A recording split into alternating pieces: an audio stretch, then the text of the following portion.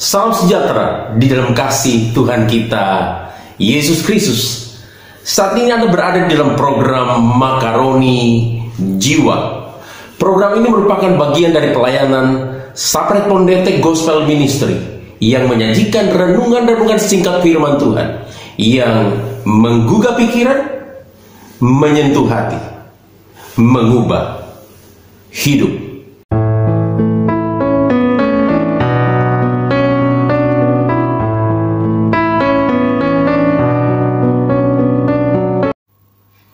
Salam sejahtera di dalam kasih Tuhan kita Yesus Kristus, dan selamat Paskah untuk kita semua. Sekalipun tahun ini kita merayakan Paskah di tengah-tengah keprihatinan oleh karena gempa corona yang sedang melanda dunia, tetapi Alkitab berkata dalam 1 Petrus pasal yang pertama ayat ketiga, di dalam Kristus yang bangkit, di dalam Kristus yang hidup, ada hidup yang penuh pengharapan. Haleluya. Bertemu kembali dalam program Makaroni Jiwa. Dan sepanjang minggu ini secara berseri kita akan sama-sama memikirkan satu tema yang berhubungan dengan Paskah atau kebangkitan, yaitu Kristus sudah bangkit. Kristus sudah bangkit. Kita akan memikirkan tema ini dari Lukas pasal 24 ayat pertama sampai ayatnya yang ke-12. Saudara-saudara yang dikasihi oleh Yesus Kristus, kebangkitan Kristus merupakan fondasi bagi iman Kristen. Tanpa kebangkitan Kristus, maka seluruh bangunan iman Kristen akan runtuh, seluruh bangunan iman Kristen akan roboh. Kebenarannya yang dikatakan oleh Alkitab dalam 1 Korintus pasal 15 ayat 14 sampai ayat ke-19. Alkitab berkata, jika Kristus tidak dibangkitkan, maka yang pertama, sia-sialah pemberitaan tentang Kristus. Yang kedua, sia-sialah kepercayaan kita kepada Kristus. Yang ketiga, kita masih hidup di dalam dosa kita. Yang keempat, kita yang mati di dalam Kristus juga akan binasa. Dan yang kelima, kita adalah orang-orang yang paling malang, orang-orang yang paling bodoh yang hidup di muka bumi ini, karena kita menaruh percaya kita kepada Kristus yang mati. Karena itu kebangkitan Kristus merupakan sesuatu yang sangat fundamental bagi iman kita. Kebangkitan Kristus merupakan jantung dari iman kita. Karena itu berita yang disampaikan oleh malaikat Allah kepada perempuan-perempuan yang datang ke kubur Yesus sebagaimana dicatat dalam Lukas pasal 24 ayat 1 sampai ayat yang ke-12 merupakan satu berita yang sangat penting bagi iman kita. Alkitab berkata dalam Lukas pasal 24 ayat 5 dan 6 bagian A, mengapa kamu mencari dia yang hidup di antara orang mati? Dia tidak ada di sini, dia sudah bangkit. Kebenaran yang sama ditegaskan dalam 1 Korintus pasal 15 ayat yang ke-20. Alkitab berkata, tetapi yang benar ialah bahwa Kristus sudah dibangkitkan. Puji Tuhan. Tetapi pertanyaannya adalah, apakah signifikansi atau pentingnya kebangkitan Kristus bagi hidup kita? Saudara-saudara, dari Lukas pasal 24 ayat 1 sampai ayat yang ke-12, setidaknya ada 3 jawaban yang diberikan oleh firman Tuhan kepada kita berhubungan dengan signifikansi atau pentingnya Kristus yang bangkit bagi hidup kita. Dan hari ini saya akan mengajak kita untuk melihat jawaban yang pertama. Jawaban yang pertama adalah Kristus bangkit berarti musuh kita yang terbesar sudah dikalahkan. Lukas pasal 24 ayat 1 sampai ayat yang ke-6 bagian A. Saya bacakan saja bagi kita ayat 5 dan ayat 6 bagian A. Alkitab berkata, mereka sangat ketakutan dan mereka menundukkan kepala. Tetapi kedua orang itu berkata kepada mereka, mengapa kamu mencari dia yang hidup di antara orang mati? Ia tidak ada di sini, dia sudah bangkit. Saudara-saudara yang dikasihi oleh Yesus Kristus, Alkitab mengatakan di dalam Lukas pasal 24 ayat 1 sampai ayat yang ketiga, ketika perempuan-perempuan itu datang ke kubur Yesus pada minggu pagi itu, mereka mendapatkan batu penutup kubur itu sudah terguling, dan mereka tidak menemukan mayat Tuhan Yesus di dalam kubur itu. Kubur itu kosong. Pertanyaannya, mengapa kubur itu kosong? Jawabannya adalah karena Kristus sudah bangkit. Kebenaran ini yang dikonfirmasi oleh malaikat Allah kepada perempuan-perempuan itu dalam Lukas pasal 24 ayat 5 dan 6 bagian ayat kita baca tadi. Alkitab mengatakan, mengapa kamu mencari dia yang hidup di antara orang mati? Ia tidak ada di sini, dia sudah bangkit. Kristus hidup di antara orang mati. Dia sudah bangkit dari kematian. Puji Tuhan.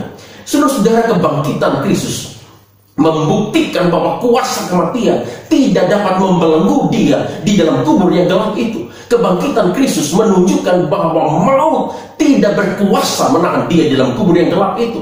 Kebangkitan Kristus menunjukkan bahwa dia sungguh-sungguh hidup. Kebangkitan Kristus berarti musuh manusia yang terbesar, yaitu maut, sudah dikalahkan. Maka benarlah apa yang dikatakan oleh Martin Luther, kebangkitan Kristus dan kematian telah meluluhlantahkan pintu penjara maut yang kuat.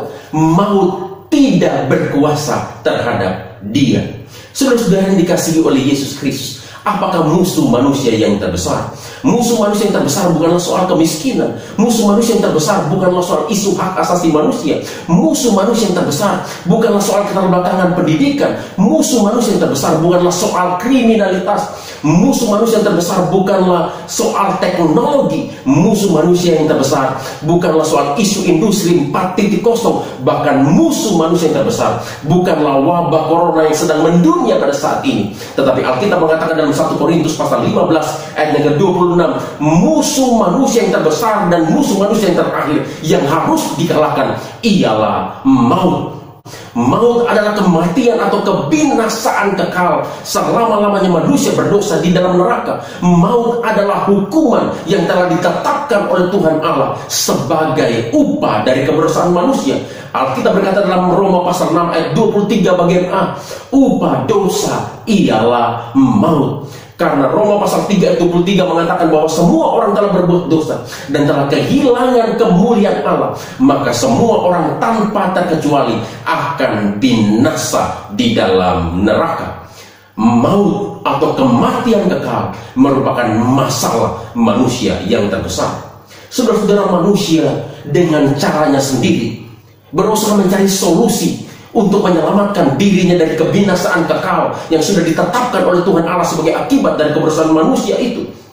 Melalui agamanya, melalui perbuatan baiknya, melalui ibadahnya, melalui kesalehannya. Tetapi Alkitab berkata dalam Yesaya pasal 64 ayat yang ke-6, segala kesalehan manusia berdosa di hadapan Allah seperti kain kotor yang menjijikkan Allah, seperti sampah yang memuakkan Allah. Manusia tidak mungkin bisa menyelamatkan dirinya dengan caranya sendiri. Tetapi puji syukur kepada Allah ketika kita tidak mungkin bisa menyelamatkan diri kita dari murka Allah, dari kebinasaan kekal yang sudah ditetapkan oleh Tuhan Allah oleh karena dosa kita. Alkitab berkata kepada kita, karena begitu besar kasih Allah akan dunia ini, sehingga dia mengaruniakan Yesus Kristus anaknya yang tunggal, supaya setiap orang yang percaya kepada dia tidak binasa, melainkan beroleh hidup yang kekal. Dan Roma pasal 6 ayat 23 bagian B Alkitab mengatakan, tetapi kasih karunia Allah ialah hidup kekal di dalam Tuhan kita Yesus Kristus.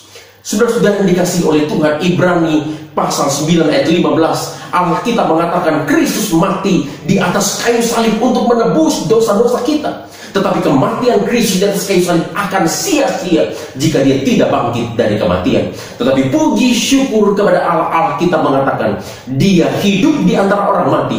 Dia sudah bangkit.